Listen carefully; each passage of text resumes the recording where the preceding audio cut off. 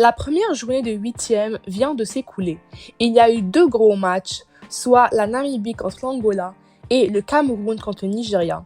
Dans cette vidéo, il sera question de débriefer ces deux matchs.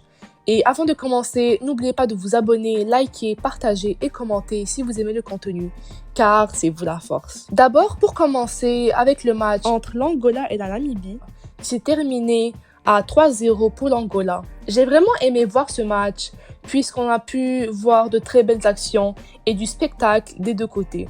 D'un côté, la Namibie avait des occasions de marquer, mais a manqué de beaucoup d'efficacité. Ils étaient beaucoup plus dangereux en deuxième mi-temps, avec leurs longs ballons. Ils utilisaient principalement la vitesse de leurs attaquants en envoyant de longs ballons dans le dos des défenseurs adverses. L'Angola, quant à elle, a dû jouer à 10 dès la 20e minute, puisque leur gardien a arrêté une occasion de but manifeste avec ses mains à l'extérieur de sa zone. Un peu après ce carton, l'Angola a tout de même trouvé le chemin vers les cages avec un but travaillé et collectif.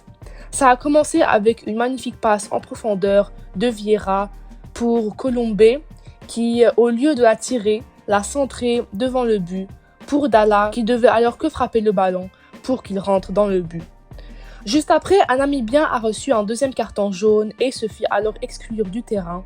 L'Angola n'a alors plus joué en infériorité numérique et pile après cette faute, un deuxième but de la tête cette fois-ci fut marqué par Dala. Malgré avoir été mené dès la deuxième mi-temps, les Namibiens n'ont pas abandonné et ont été encore plus dangereux pendant cette période.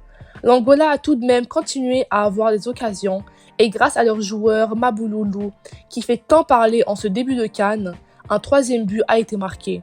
Une petite frappe enroulée en 1 vs 1 contre le gardien. Dala utilisait beaucoup son couloir pour prendre de vitesse les joueurs namibiens. Et même en menant 3-0, les Angolais ont continué à être dangereux et ont raté 2 grosses occasions de but. Cette équipe angolaise a montré des qualités, mais aussi quelques lacunes, dont des lacunes défensives à quelques moments.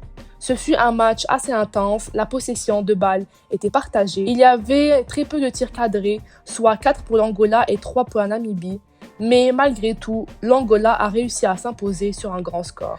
Ensuite, passons à la grosse affiche au match entre le Cameroun et le Nigeria. D'un côté, le Cameroun m'a beaucoup déçu et de l'autre, le Nigeria m'a étonné. Les Camerounais avaient très peu d'automatisme et surtout un grand manque de communication, ce qu'ils a porté à tort. Malgré avoir passé miraculeusement en huitième, ils sont arrivés très pauvres tactiquement et avec une défense très fébrile. Gonzalez, l'un de leurs défenseurs, a fait énormément d'erreurs et c'est principalement à cause de lui que le Cameroun a encaissé son premier but. En plus d'avoir une défense faible, les Lions indomptables étaient très pauvres offensivement en apportant très peu de danger aux Nigériens et en surtout n'ayant aucun tir cadré. Ils ont énormément déçu alors que les Nigériens ont fait taire toutes les personnes qui disaient qu'ils avaient une faible défense. Ils étaient très bien organisés et avaient un très bon collectif et jeu d'équipe. La défense qui coupait quasiment tous les ballons des Camerounais et l'attaque qui était très bonne en récupération et en contre. Au début de la compétition, certains disaient que cette équipe nigériane était bonne offensivement mais très frêle en défense. Et lors de cette CAN, ils nous ont prouvé le contraire en encaissant seulement un seul but dans la compétition face à la Guinée équatoriale.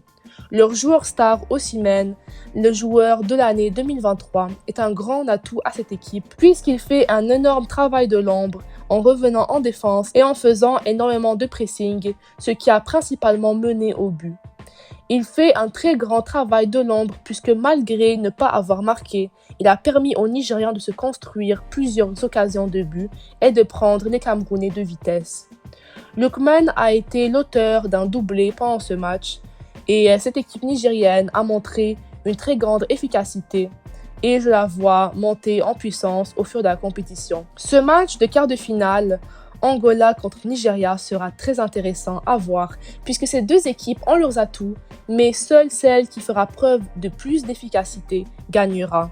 On se retrouve demain pour l'analyse des deux autres matchs de huitième de finale, soit la Guinée équatoriale contre la Guinée et l'Égypte contre la RDC.